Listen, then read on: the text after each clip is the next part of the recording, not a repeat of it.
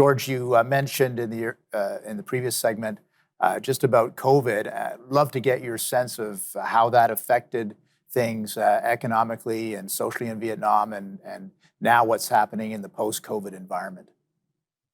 It's a very valuable question because Vietnam borders China, and I happen to be here because of the work in Ho Chi Minh, and then transferred back and forth to Canada, but also one of the bases being here in an office we retain here in Nha Trang. So I was here for that. You started hearing about it around Valentine's here, February 14th, 2020. And immediately the border was shut by the Vietnamese government with the Chinese. And since then, Tony, even to this day, prior to that, there were buses lined up. In my telecommuting and moving around the city here, very difficult to move around, many, many buses. And all of a sudden it just stopped. Nothing, no one. And I will say, I must give credit.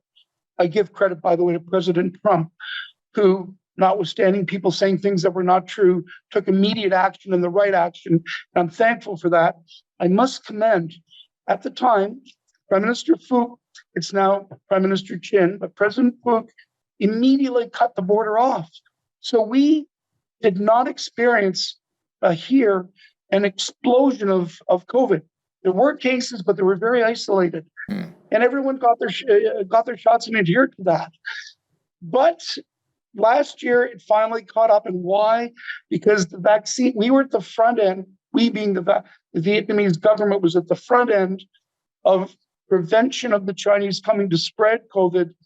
But unfortunately, and they really did their best, it was very difficult. They're at the latter end of that on the vaccines. And so there was a longer layout for that, and that caused issues. Only now, in the last, as I've sensed and experienced now in the business that I'm doing, only now are things post-COVID, if I can use that term. The business communities internationally and domestically are much more receptive to dealing with one another. I will finish, Tony, by saying that we had a very important project that I had brought a very large investor that we were 4 months into in 2019 into early 2020 in District 3 of Ho Chi Minh, Saigon. Right. And as soon as that first 2 weeks came of COVID, end of discussions. It said we're not going to travel, we're putting it on hold. So it wasn't great for business, but it's been difficult for many, as I do appreciate. Sure. We're now getting better, sort of back to normal a bit. Let's talk a little bit more about supply chains too. You mentioned Apple moving some of their supply chain. Are you seeing other examples of that where you're seeing a shift in supply chains to Vietnam as a sort of a safe haven? Yes. Again, it all is a reflection of the world's attitude towards China. This is no surprise. They're having their own issues right now that are significant. And the relationship between China and Vietnam is a very complex relationship, as I've learned over the years. The Vietnamese do appreciate the travel by the Chinese pre-COVID, certainly not now yet, that hasn't returned. They appreciate the dollars, the currency that comes from that.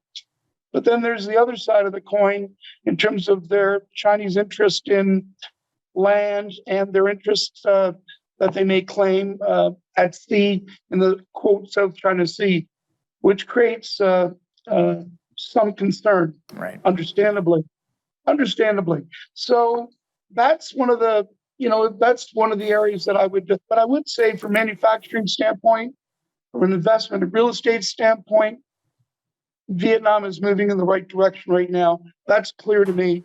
And again, as I've said earlier, a tremendous future. It's a small version of China with a government that seems far more, that being the Vietnamese government, far more interested in engaging professionals to make this country better, socially and economically. There are issues. I don't think we need to get into that at this time, but that seems to be their interest. And I can speak very positively in regards to that. So No, I appreciate you saying that, and indeed, this does confirm some of the other evidence we've had on the show earlier about these shifts in supply chain that we're seeing before our eyes.